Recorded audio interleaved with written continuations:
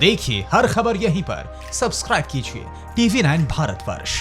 तारिक फतेह साहब, आपका रुख मैं कर रहा हूं। फिलहाल विष्णु जी के पास जाने से पहले आपके पास इसलिए खास तौर से आ रहा हूं यह समझने के लिए कि पाकिस्तान में इन तमाम बातों को कैसे पढ़ा गया होगा, और ये जो मीटिंग बुलाई जा रही है, कहीं चीन ने कोई बाह तो नहीं उमेट दी है कि अब हमारी तरफ से ये करो, करते नहीं बन रहा होगा तो पहले घर में कॉन्फिडेंस में लिया जा रहा है लोगों को?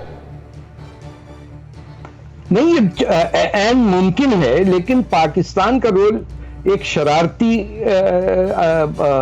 जैसे अब उसका सही लफ्ज मुझे हिंदी में नहीं मैं कह सकता, लेकिन ये ट्रबल सीकर्स हैं और इनका ना कोई बिल्कुल चाइना की जैसे कॉन्क्यूबाइन होती है वो स्टेटस हो गया। तो पाकिस्तान की फौज का तो ये मसला होता है कि इनका खाना पीना बंद ना हो जाए। ये जंग वंग लड़ने के लिए कोई जनरल वहां नहीं है, सिर्फ सर एक बात आपसे मैं समझना चाहता हूं और बहुत क्यूरियोसिटी है समझने की। आर्मी अल्लाह की बात करने वाले देश में, अमेरिका की बात करने वाले देश में अभी चाइना को कितना इंपॉर्टेंस मिल रहा होगा, दिया जा रहा होगा, या कितनी बातें मानी जा रही होंगी? अमेरिका की आंखों की तरफ कितना देखा जा रहा होगा? क्योंकि ये तो सांप छछूंदर वाली हालत हो रही होगी, एक तरफ चीन का चेहरा देखना पड़ रहा होगा, एक तरफ अमेरिका का।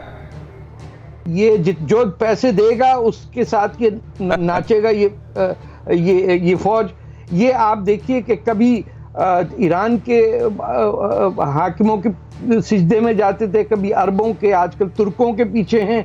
और चीन तो इतना पैसा उन्होंने दे दिया चीन ने हर जनरल को, और जो हशर किया चीन ने बलूचिस्तान में, उनको तो अपना डर पड़ा हुआ है कि जब बलोचों ने चीन की स्टॉक एक्सचेंज पर हमला किया है कराची शहर के अंदर, तो इनको आइडिया है कि हजारों तो 50,000। लेकिन कराची स्टॉक एक्सचेंज पर हुए हमले को लेकर आप यूएन जाने के बारे में सोचते हैं। यूएन आपको कहता है पागल हो गए हो क्या? ये किस तरह की बातें लेकर यहां आ रहे हो कि इसमें भारत का हाथ है? और भारत ने कहा कि अपने घर के मामलों में कम से कम हमको शामिल करना बंद कीजिए, आप अपनी गंदगी खुद धोया कीजिए। इसके मायने क्या है मैं आपसे समझूंगा, लेकिन विष्णु प्रकाश साहब के पास जाता हूं। विष्णु प्रकाश साहब, सामरिक मोर्चे पर क्या होता है, इसके बहुत बड़े कूटनीतिक मायने होते हैं। आज प्रधानमंत्री जब वहां पहुंचे, खास तौर से चीन के लिए क्या संदेश गया है, और दुनिया कैसे लामबंद हुई होगी इस बात के बाद हिंदुस्तान के साथ, जो पहले ही मन बना चुकी है? दिनेश जी, पहले तो मैं ये कहूंगा कि आपने क्यों शक किया जो चीन के राजदूत ने कहा है कि उनके सबके साथ दोस्ताना संबंध हैं। बहुत दोस्ताना संबंध हैं, क्योंकि उनके हिसाब से चीन भारत की धरती उनकी धरती, भूटान की धरती उनकी धरती, तो ऐसे दोस्ताना संबंध हैं जो कि छोटे से भूटान की धरती पे भी निगाहें गाड़े हुए हैं। प्रधानमंत्री जी जो 11,000 फीट पे गए और जिस तरह से उन्होंने बोला, वो इसलिए बोला कि वो योगी हैं, वो लीड करते हैं, वो दफ्तर में बैठ के बात नहीं करते। एक तरफ वो हैं और एक तरफ चीन के राष्ट्रपति हैं जो कि जब कोविड-19 हुआ था तो 2 महीने लापता थे। जो भारतीय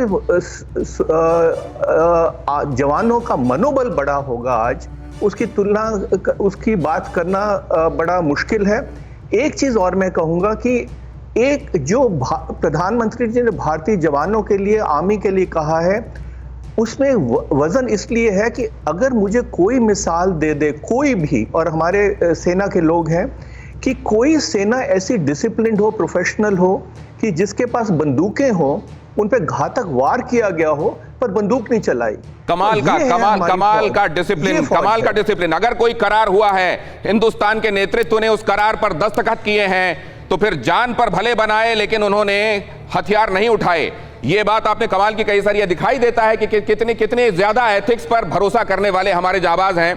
लेकिन साथ ही अब उनके हाथ खोल दिए गए हैं और कहा गया है कि अब बहुत हो गया, अब जो इधर जैसा करेगा वैसा भरेगा।